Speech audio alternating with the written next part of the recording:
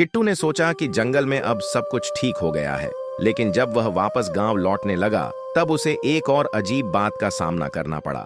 रात का समय था और वह जैसे ही गांव के बाहरी हिस्से में पहुंचा, उसे एक और डरावनी आवाज सुनाई दी।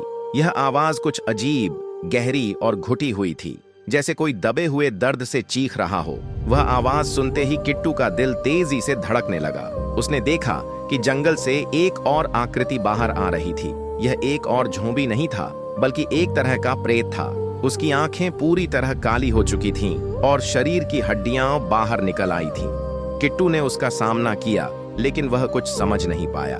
तभी प्रेत ने कहा, तुमने सिर्फ झोंबियों को मारा है, असली खतरा तो अब शुरू होगा। किट्टू को समझ में आ गया कि उसकी लड़ाई खत्म नहीं हुई थी, बल्कि अब एक नया खतरा सामने था। किट्टू ने सोचा कि वह इस प्रेत से क्या सवाल करे, लेकिन प्रेत के चेहरे पर एक बुरे हंसी का मिश्रण था। तुम समझ नहीं रहे हो किट्टू, तुम्हारी मेहनत से झोंबियों का श्राप तो खत्म हो गया, लेकिन असली खौफ अब सामने आ रहा है। तुमने वह किताब पढ़ी थी, याद करो, प्रेत बोला। किट्टू को तुरंत याद आया कि किताब में एक और चेतावनी थी। अगर कोई श्राप तोड़ने की कोशिश करता है तो असली ताकत को जागृत किया जाता है। इसका मतलब था कि किट्टू के द्वारा तोड़ी गई श्राप ने अब एक नई, अधिक भयंकर शक्ति को जगा दिया था। वह शक्ति अब जंगल में पाई गई और वह किसी इंसान को अपना गुलाम बनाना चाहती थी। किट्टू ने प्रेत से पूछा, क्या मुझे इसका सामना करना होगा?